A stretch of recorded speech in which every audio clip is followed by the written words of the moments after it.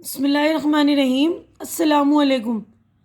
میرے چینل میں آپ کا استقبال ہے۔ آج کی یہ ویڈیو 7ویں کلاس کی کتاب بال بھارتی کا سبق نمبر 17 لیسن نمبر 17 ہے ریل کا سفر، جو کہ ایک نظم ہے۔ اس کے لکھنے والے شاعر جو ہیں سید ضمیر جعفری، شاعر کا نام ہے، شاعر ہے نا، نظم لکھنے والے یا شعر و شاعری کرنے والے کو شاعر کہتے ہیں۔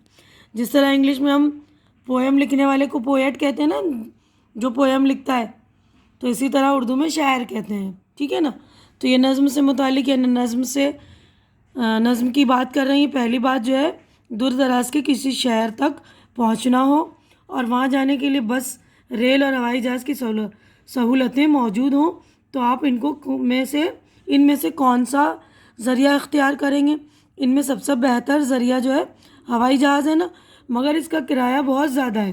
اس کے برعکس بس کے سفر میں بہت وقت لگتا ہے اور دقتیں بھی بہت ہیں، اس لیے اکثر لوگ جو ہے ریل کے سفر کو ترجیح دیتے ہیں، یعنی بڑھاوا دیتے ہیں، یعنی اس کو اہمیت دیتے ہیں، اہم سمجھتے ہیں۔ کرایہ کم اور دیگر سہولتیں کے سبب ریل گاڑی میں لوگوں کی زبردست بھیڑ ہو جاتی ہے۔ ذیل کی نظم میں اسی بات کو شاعر نے مزاحیہ انداز میں پیش کیا ہے، یعنی اسی ریل کا سفر کے بارے میں، یعنی ریل کے بارے میں ہی جو ہے ذیل کی نظم ہے۔ یہ والی نظم جو ہے اب جان پہچان، یعنی ہمارے شاعر جو ہے ان کا انٹروڈکشن ہے، تعارف ہے۔ سید ضمیر جعفری 1 جنوری یعنی 1 جنوری 1916 کو پیدا ہوئے۔ انہوں نے پنجاب یونیورسٹی پاکستان سے گریجویشن کے بعد سرکاری ملازمت اختیار کی، ترقی کر کے میجر کے عہدے پر فائز ہوئے۔ انہوں نے سماج میں پائے جانے والے مسائل کا گہرا مشاہدہ کر کے انہیں طنز کا نشانہ بنایا اور ایک مزاح نگار شاعر کی حیثیت سے مقبولیت حاصل کی۔ مافی الضمیر اور نشاط طمع ان کے شعری مجموعے ہیں۔ 16 مئی 1999 کو ان کا انتقال ہوا، ٹھیک ہے۔ تو یہ تھا ہمارا جو ہے شاعر کا انٹروڈکشن۔ اب میں ایک ایک شعر پڑھوں گی، اس کے بعد اس کی تشریح کر دوں گی آپ کو، تو سمجھ میں آ جائے گا آپ لوگوں کو شعر کا مطلب۔ تو دیکھیے پڑھ رہی ہوں، آپ لوگ بالکل دھیان سے سنیں گے۔ نہ گنجائش کو دیکھ اس میں، نہ تو مردم شماری کر، لنگوٹی کس خدا کا نام لے، گھس جا سواری کر۔ تو اس والے شعر میں جو ہے شاعر کہہ رہے ہیں، مسافروں سے مخاطب ہو کر کہہ رہے ہیں۔ تو جب ہم تشریح کرتے ہیں تو سب سے پہلے یہ لکھتے ہیں کہ یہ شعر جو ہے نظم ریل کے سفر سے لی گئی ہے، اس کے شاعر سید ضمیر جعفری ہیں۔ اس کے بعد جو ہمارا شعر ہوتا ہے اس کی تشریح کر دیتے ہیں۔ تو ہر بار جب شعر کی تشریح کریں گے تو پہلا جملہ یہی لکھیں گے، اس کے بعد ہم تشریح کریں گے۔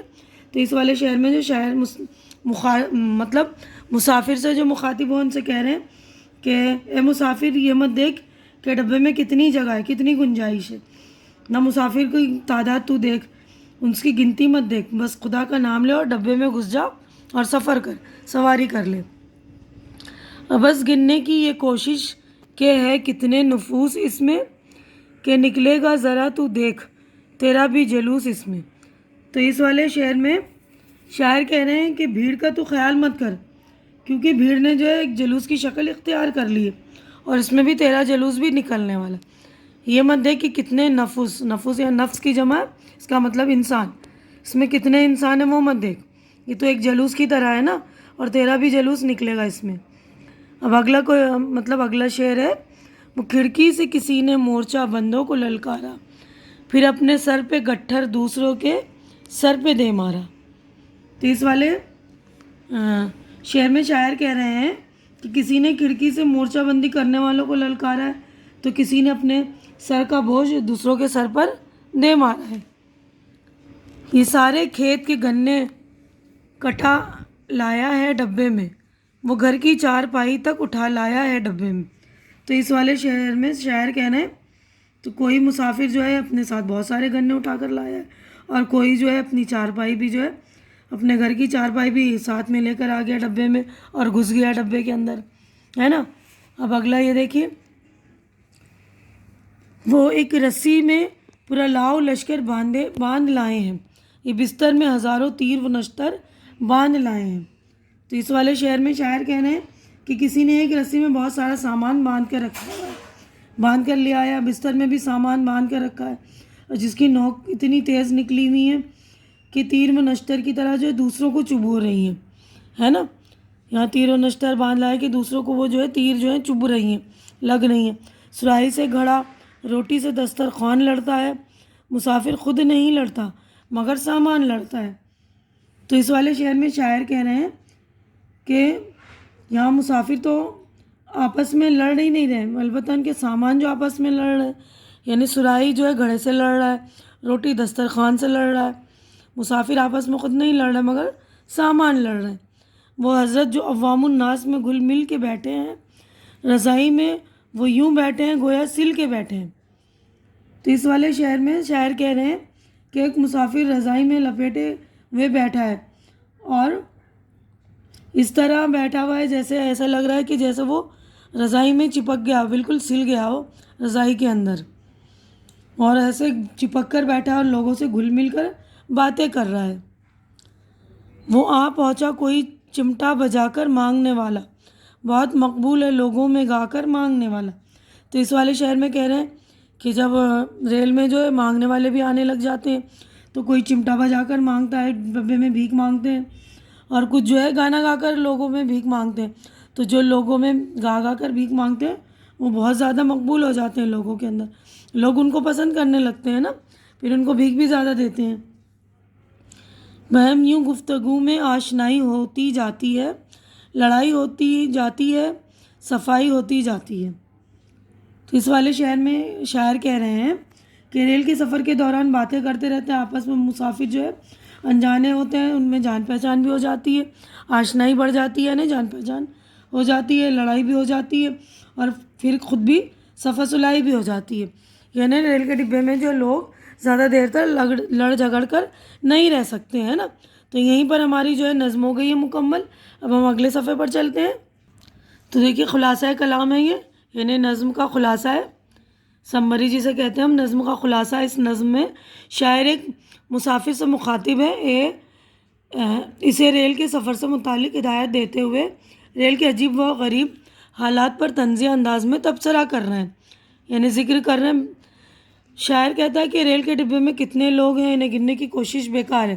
بھیڑ کا خیال کیے بغیر بس خدا کا نام لے اور ریل میں سوار ہو جانا چاہیے. بھیڑ نے جلوس کی شکل اختیار کر لی ہے. ریل میں سوار مسافروں میں سے کسی مسافر نے آپس میں لڑنے والوں کو لڑکارا تو کسی نے اپنا بوجھ دوسرے مسافر کے سر پر دے مارا. مسافر ریل کے ڈبے میں عجیب و غریب چیزیں مثلاً چارپائی، گنے، سراہی، گھڑا وغیرہ سامان لے کر داخل ہو گئے ہیں. مزید منظر کشی کرتے ہوئے شاعر کہتا ہے کہ کوئی اپنی رضائی میں اس طرح دبک کر بیٹھا ہے جیسے اسے وہیں سی دیا گیا ہو. اسی بھیڑ میں ایک بہت ہی مقبول فقیر چمٹا بجا کر اور گانا گا کر بھیک مانگ رہا ہے. سفر کے دوران ان تمام مسافروں کا آپس میں تعارف ہوتا ہے، نوک جھونک بھی ہوتی ہے، اور آخر میں صلح صفائی بھی ہو جاتی ہے. شاعر نے اسی کا نقشہ بڑی خوبصورتی سے کھینچا ہے. یعنی ریل کا سفر آپ نے کیا ہوگا تو یہ والے اکثر جو ہے حالات پیش آتے ہیں نا، کہ کبھی چلم چلی ہوتی ہے، لڑائی جھگڑا بھی ہوتا ہے کسی چیز کے بارے میں، سامان کو رکھنے کے لیے، بیٹھنے کے لیے، ہے نا، اور آخر میں جو ہے سفر کرتے کرتے ان میں ہماری جو آشنائی بھی ہو جاتی ہے نا، جان پہچان ہو جاتی ہے، صلح صفائی بھی ہو جاتی ہے، یعنی میل ملاپ بھی ہو جاتی ہے، کیونکہ ریل کے سفر میں ہم زیادہ دیر تک لڑ جھگڑ کر نہیں رہ سکتے نا. اب دیکھیے یہ معنی و اشارات یعنی الفاظ، یہ معنی تو یہ بھی میں پڑھ رہی ہوں، آپ لوگ دھیان سے سن لیجئے. مردم شماری، لوگوں کو گننا، عبث، بیکار، بے وجہ. نفوس، نفس کی جمع یعنی لوگ. مورچہ بندی، لڑائی کے لیے تیار لوگ. تیر و نشتر، مراد ایسا سامان جس سے زخمی ہونے کا ڈر ہو. بہم، آپس میں آشنائی، جان پہچان. عوام الناس یعنی عام لوگ. تو دیکھیے یہاں پر ہم اپنی ویڈیو مکمل کر رہے ہیں کیونکہ ویڈیو ہو گئی ہے بڑی، تو ہم اگلی جو ہے ویڈیو میں اپنی یہاں پر یہ جو مشق ہے اگلی ویڈیو میں کریں گے. امید کرتی ہوں کہ میری یہ ویڈیو آپ کو اچھی لگی ہوگی. اچھی لگ رہی ہے تو اسے لائک کیجئے، زیادہ سے زیادہ شیئر کیجئے تاکہ زیادہ ضرورت مند بچوں کی ضرورت پوری ہو سکے، اور میرا چینل سبسکرائب کیجئے کیونکہ چینل کا سبسکرائب کرنا بالکل فری ہے. آپ لوگ چینل سبسکرائب کریں گے تو میری حوصلہ افزائی ہو جائے گی، تو پلیز میری حوصلہ افزائی کر دیا کریں. ہماری اگلی ملاقات جو اگلی ویڈیو میں ہوگی، تب تک کے لیے اللہ حافظ.